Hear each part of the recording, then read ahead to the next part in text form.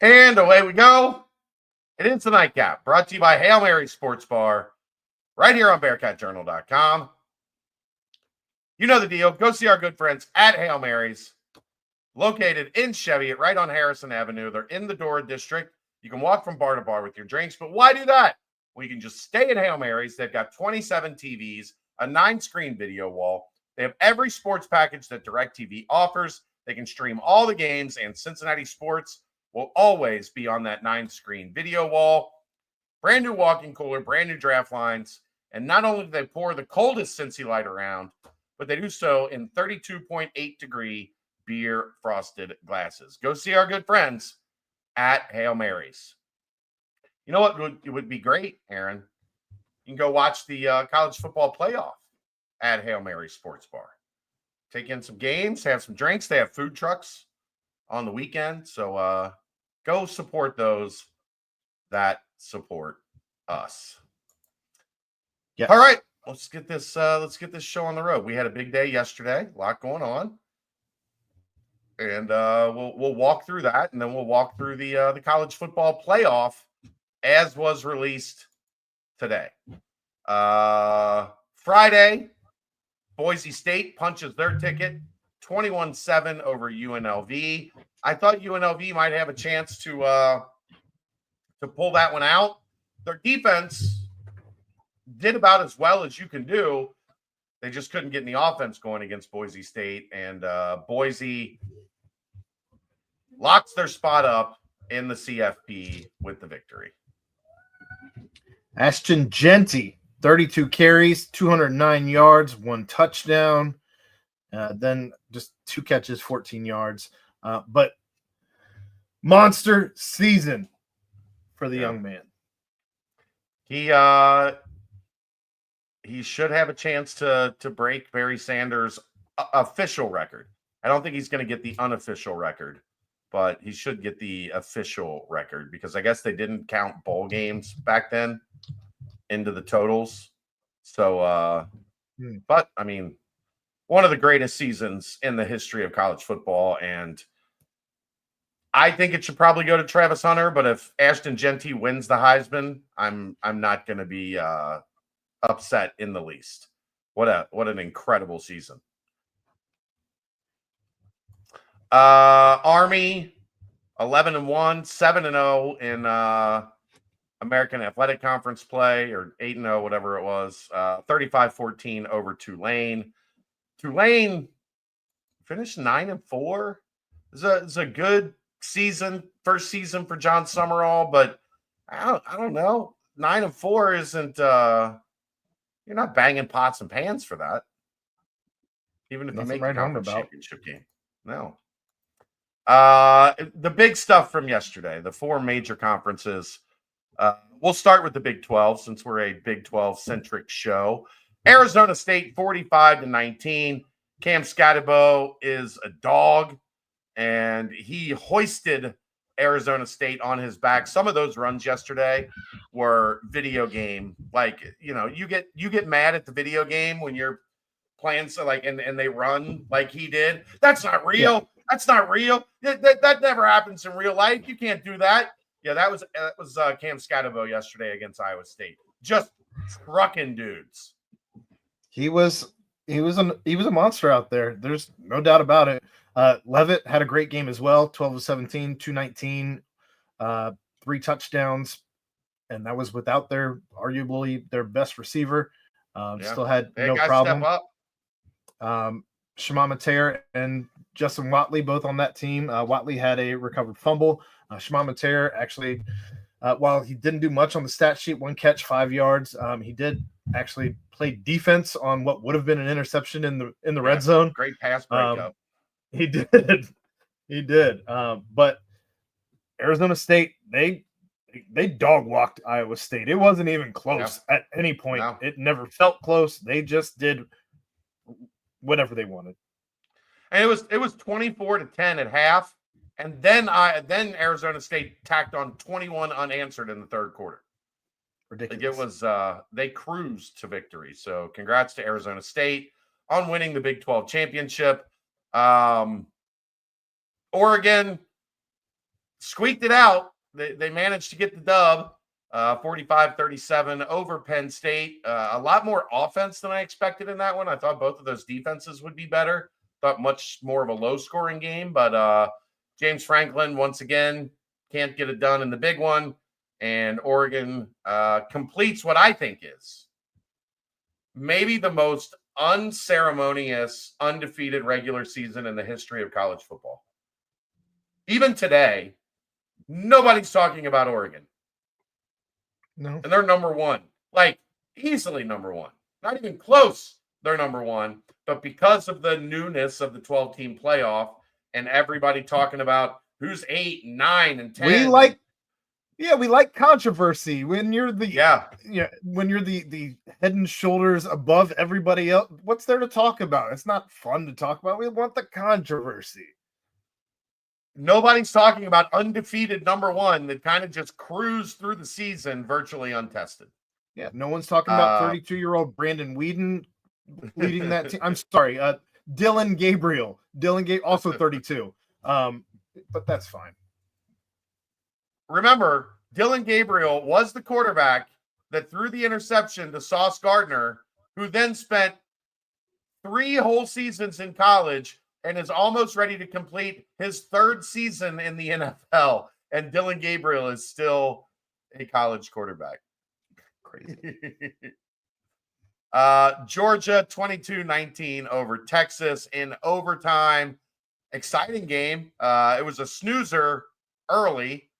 Texas storms back in the 4th quarter, get it to overtime, and then Georgia, who had to play their backup the entire second half, and then have their starter come back in on the play on the pivotal, the deciding play in overtime, and Georgia sneaks it out. They secure the 2 seed, and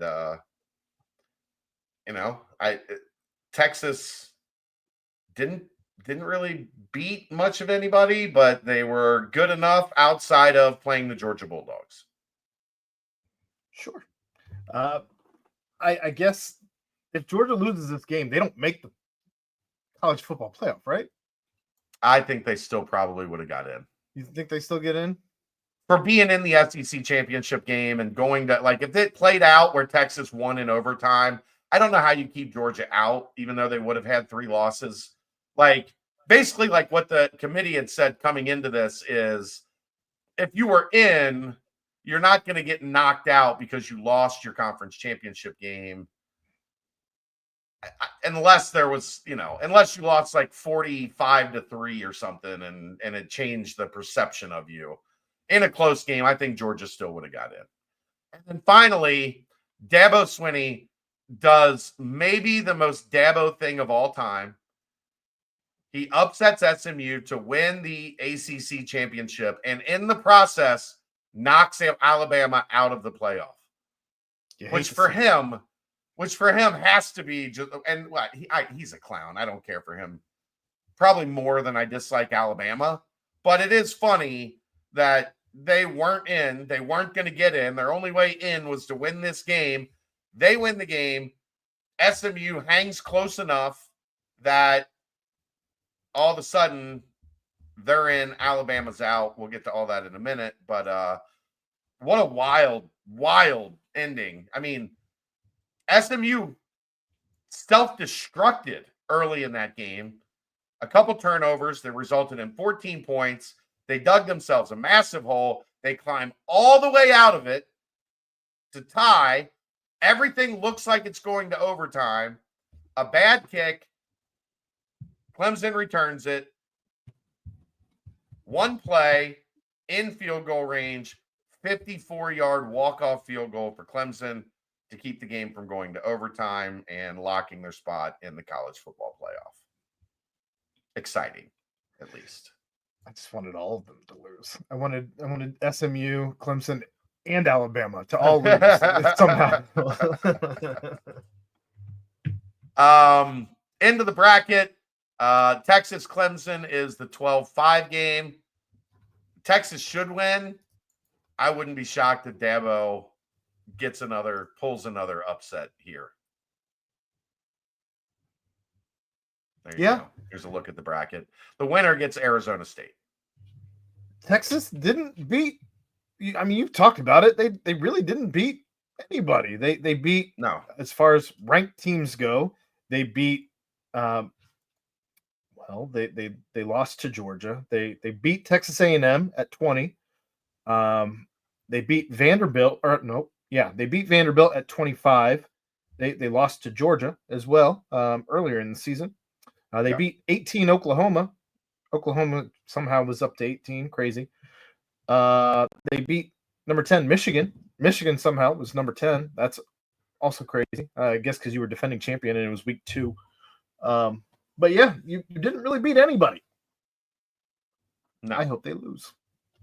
It would be interesting to see Clemson, because then you get Arizona State, who's been hot, but I mean, Clemson could find themselves in the semifinals as the worst seed in this bracket. It would just be fun to see the SEC end up with egg all over their face, especially the way that they're talking right now about how teams are scheduling, and we'll get to that, I'm sure. Oregon, the number 1 seed, they will face the winner of Tennessee and Ohio State. That one played, that's the 8-9 game played at Ohio Stadium. Ohio State should win this game comfortably, but we just saw them lose to Michigan on that field. So we did. I'm not ready to hand over anything to Ohio State yet. And if there's one SEC team I guess I wouldn't mind to see win, it would be Tennessee, just to keep Dave happy. It's much easier to work with Dave when he's happy. I dislike the SEC. I dislike Ohio State more than the SEC.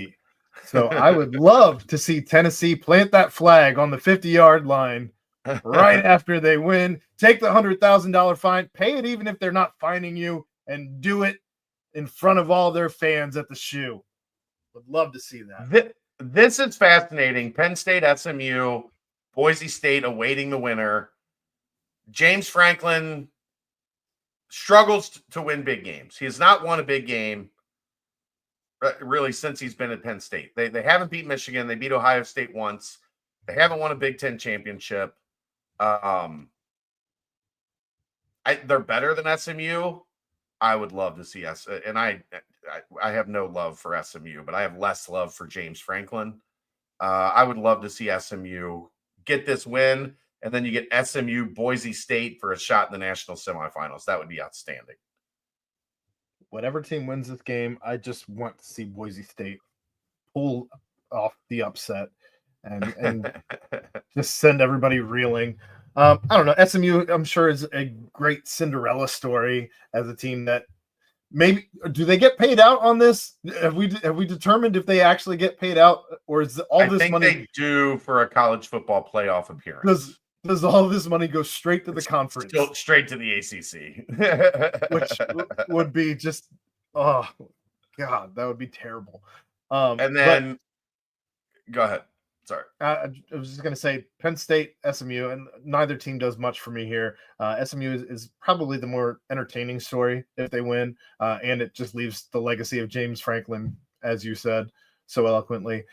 So give me SMU. Let's go. And then Indiana, Notre Dame, Notre Dame Stadium, the same night, the same time as the UC Dayton game downtown. So poor Keegan. Poor Keegan. All he wanted to do, and I'm sure he thought, I'm sure when he looked at that game being on Friday, he was like, I'm going to be off on Saturday. I'm going to get to watch the Hoosiers play in the college football playoff. There's one Friday night slot, and Indiana gets it. So he's not going to get to watch. His recap for the UC Dayton game is probably going to be terrible because he's going to be trying to he's going to have rabbit ears on his phone. You haven't seen what he does now? He has the iPad set up next to the laptop. The wireless is awful. The Wi-Fi is awful at US Bank Arena. And the cell service isn't much better. So he's literally not going to be able to watch this game as the UC game is going on. Maybe he'll get to the Grail by like halftime or a little after halftime to watch the second half. And then Georgia awaiting the winner there. I can't imagine a world where Georgia is not in the semifinals. I legit hope whatever team wins beats Georgia. And that's with I me don't think it's going to happen. really not liking either Indiana team, but I mean, I like a lot of those guys at Notre Dame. So I like those guys as well. I don't like Notre Dame. yeah, I don't either, but it is what it is. And then the funniest thing is Alabama's AD Greg Byrne has come out and basically like threw down the gauntlet, issued a challenge that if this is how it's going to be, we're just not going to schedule difficult out of conference games anymore. We're going to play the game. We're going to time to play the game. We're going to schedule the easiest possible non-conference we can schedule. And then it turns out they played an FCS team, Western Kentucky, South Florida, and Wisconsin, who finished 12th in the Big Ten. That was their super daunting out-of-conference schedule that they were expecting some kind of boost for. Here's a recommendation. Don't lose to Vanderbilt and Oklahoma, and don't lose either or. If you win either or of those games, you're in the college football playoff, and SMU is not. You did not win one of those games. You lost both of them. Now you're out. That's how this shit works. Get the step in. Most of the games that they schedule, Alabama in particular, when they schedule a Power 4 team, they usually have it at a neutral site or as a home game. They don't generally schedule these Alabama away games against the Power 4 opponent. So are you just gonna not schedule any Power 4 opponents? If that's the case, then add another conference game. Scared. They're scared. The only Power 4 they're entitled. We're Alabama. We deserve to be in. Nah, fam. You weren't good enough this year. Even at 12. When were they good? When they didn't have Nick Saban in the last 30 years. Yeah. You just happen to have the best coach in the history of college football for a large segment. Yeah. All right, man. I guess we will see everybody tomorrow night. That is the Nightcap, brought to you by Hail Mary Sports Bar, live from the Cincy Light Studios right here on BearcatJournal.com. See ya!